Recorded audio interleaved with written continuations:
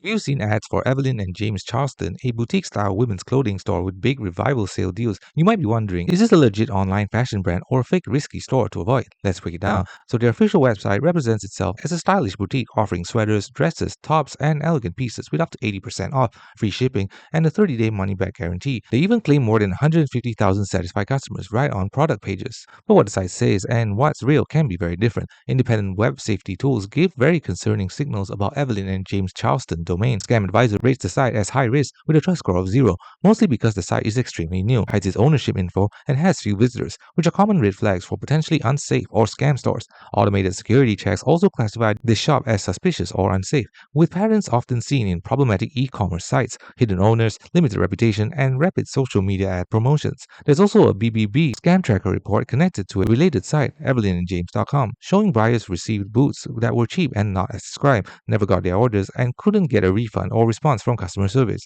That type of complaint is very typical for fake or low-quality fashion stores that advertise premium-looking products online. So is Evelyn and James Charleston a real clothing store or fake? Based on extremely low trust scores, hidden ownership, and reported scam-like experiences tied to related domains, the site appears high risk and not reliably legit.